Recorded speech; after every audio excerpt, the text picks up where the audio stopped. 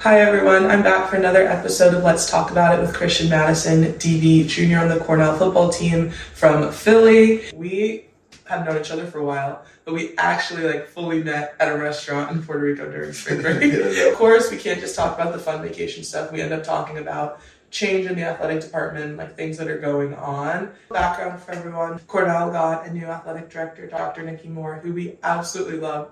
But there's been a lot of change that comes with that. And I know that this is very relatable for all college athletes, whether it's a new athletic director, a new coach, honestly, just new teammates coming in, a new system that you're running, and change can be really hard, but it can also be a really great thing. It's definitely been an adjustment this semester under the new coaching staff.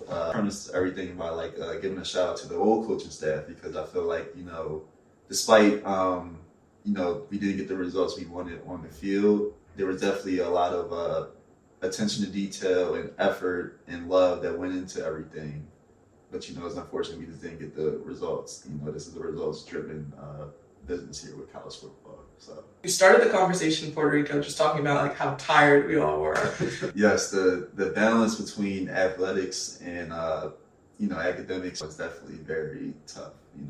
For all athletes across the board. So there's always any athlete I see there's always a certain level of respect that you always have to just seeing everyone. I'll say for me personally, people tell me I do a good job of balancing it, and I think I do, but there are a lot of hidden battles that you don't see people going through. So I just commend everyone for all the efforts that they put in, and encourage everyone to continue to push through even when it's tough. Yeah, I think too with us, coming off of our last couple of seasons didn't end the way that we wanted, and so this spring I was training with the girls, even though I won't be returning on this team next year, to prepare for Syracuse, and we just had a lot harder practices, a lot tougher lifts.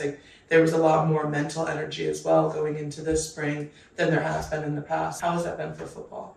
Yes, definitely. Our off-season conditioning this year, Coach Swanstrom, he did a good job of introducing kind of chaos in the workouts. So he implemented different groups that we would be assigned to, but then we had a direction that we had to rotate, but it wasn't typical clockwise or counterclockwise. You had to go all the way across the field to the other station, then you might have to come back, then you might go to a station next to you, then you gotta go to this random station all the way in the other corner or something. And then we would always finish off with a finisher, but it was very mental too. The whole team, we all had to follow the commands to a T.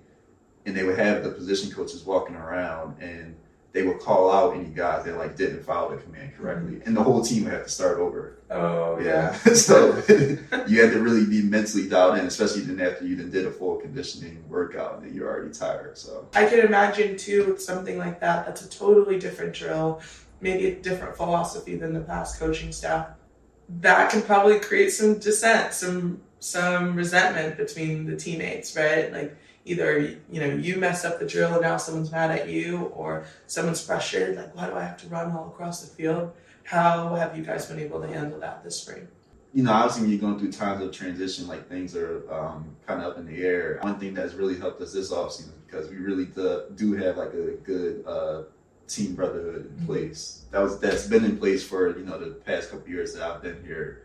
So I think that's really held us together during this transition. Without it, this is where a lot of teams would falter, and we don't necessarily have a lot of guys transferring in and out with the transfer portal how other schools do. So we really have had time to develop a brotherhood over the past couple years. I have to ask the question. Once you become a junior and you see the seniors starting to leave, it becomes a thought in your mind eventually the change will be that you're not on the team anymore. That was a huge thing for me to hit this year. We have some new coaches this year and different ways of doing things, and I'm wow, man, am I gonna miss out on that Ivy League reign? How has that affected you over? Yeah, I would say definitely for me, I'm a little jealous because I'm really excited about where the program is going and seeing the support that's poured into the program that I feel we didn't have in recent years.